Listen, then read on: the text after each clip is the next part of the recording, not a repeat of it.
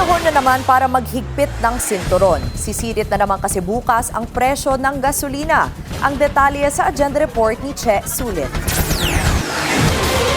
Isang round na naman ng jumbo oil price hike ang sasalubong sa mga motorista bukas. Aabot sa halos 11 pesos ang itataas ng kada litro ng diesel. Halos 12 pesos naman sa kerosene. Ang gasolina, nasa higit 3 pesos ang itataas kada litro. Ayon kay Energy Secretary Sharon Garin, dahil sa lumalalang tensyon sa gitnang silangan, sumipa ulit ang presyo ng krudo sa global markets. Ang ilang oil companies magpapatupad na ng staggered price increases o pautay-utay na adjustments. Nakahati sa 3 araw ang price adjustments para sa nakaambang 2-digit hike na ipapatupad ng Shell Pilipinas. Bukas, tataas ng higit 8 pesos ang kada litro ng diesel at kerosene.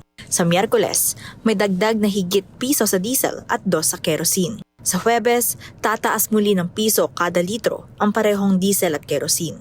It's not included in the mandate of DOE.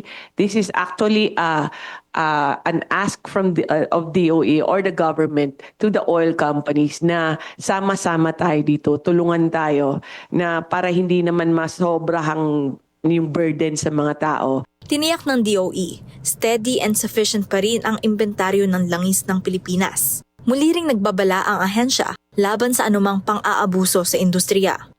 Meron nag-hold ng operation, meaning all of a sudden hindi siya nagbebenta today. So please note, no, ito yung classic na sample ng hoarding. We'd just like to remind the public that the national energy emergency is still in place. And therefore, the alignment with the DILG, with the LGUs, and with the Philippine National Police is still there.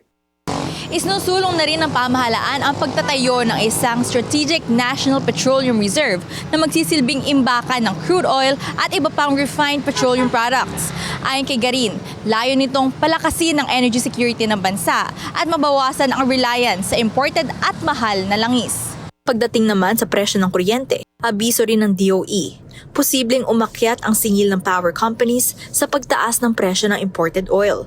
Hinihikayat ng ahensya ang mga distribution utilities na unahing gamitin ang mas murang sources bago lumipat sa mas mahal na supply. Nanawagan din ang DOE sa publiko magtipid sa kuryente. Para sa agenda, Che Sulit, Billionaire News Channel.